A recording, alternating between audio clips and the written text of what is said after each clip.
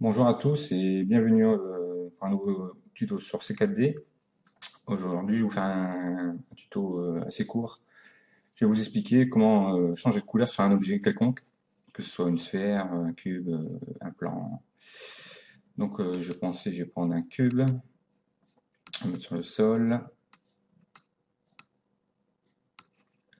Ensuite, je vais prendre un neutre. Je vais mettre mon cube en fond du neutre. Le neutre, je vais le renommer contrôle. On va aller dans les données utilisateurs. On va faire une nouvelle donnée utilisateur. Le nom donné, je vais mettre contrôle aussi. Ici dans l'interface, on va aller choisir le curseur échange d'entrée flottant. Les 2 mètres pourcentage, on va passer en réel. Et ici, limite maximum, on va mettre à 100. Une fois ça fait, vous faites OK. Donc je retrouve bien ici mon contrôle avec le curseur. Ensuite, je vais choisir 4 textures que je vais renommer aussi. 1, 2, 3 et 4. Donc la première texture, voilà, on veut la spécularité. Je vais choisir un rouge. Deuxième couleur, on va aller choisir un jaune.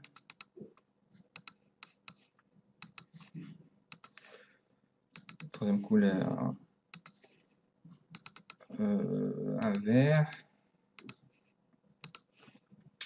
Quatrième couleur, un bleu.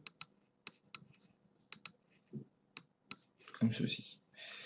Donc je vais prendre ma première couleur, le rouge, je vais aller glisser sur mon cube. Ensuite, on va aller cliquer sur contrôle, on va aller dans propriétés cinéma 4D, on va aller ouvrir Expresso. Donc, en premier, qu'est-ce que je vais faire pour contrôler? Donc, je vais prendre mon contrôle, je vais aller glisser dans Expresso. On va aller rechercher les données utilisateurs, ici le curseur qui est ici. Donc, on va faire un clic, données utilisateurs, contrôle. Donc, j'ai bien mon port contrôle. Donc, qu'est-ce qu'on veut contrôler? Justement, on veut contrôler la couleur de la texture. Donc, on va prendre le tag et on va glisser dans Expresso.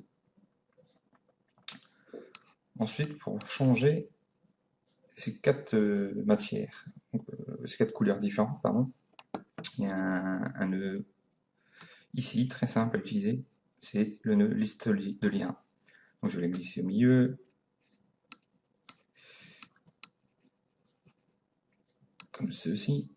Et ici, la texture, j'ai oublié d'aller chercher la texture, j'ai oublié de chercher le matériau. Donc, on va faire un clic, caractéristiques de propriété, matériaux.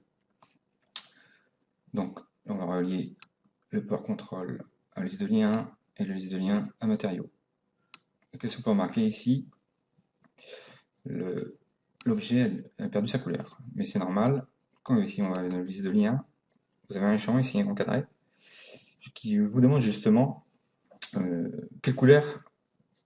Je dis couleur, ça pourrait aussi bien marcher aussi avec des images. Hein.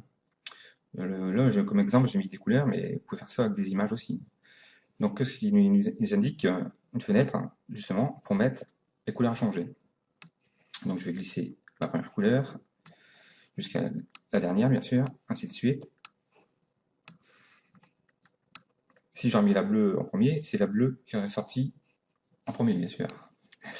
Donc, on va fermer ceci.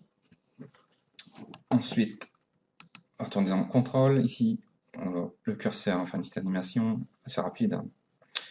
Si je fais par exemple un clic ici, contrôle à 0, et que je mets mon curseur à 90 et ici à 100%, ce qui se passerait, c'est que les couleurs changeraient très vite. Hein. Comme s'il clignotait, quoi.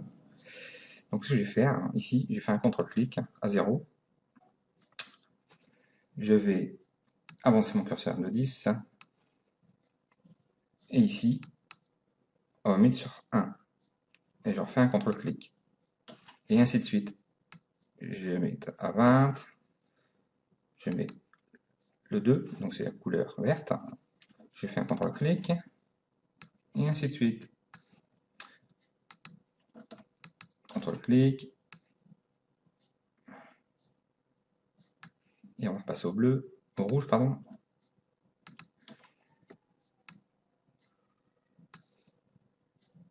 Je vais essayer de faire ça jusqu'au bout de la timeline.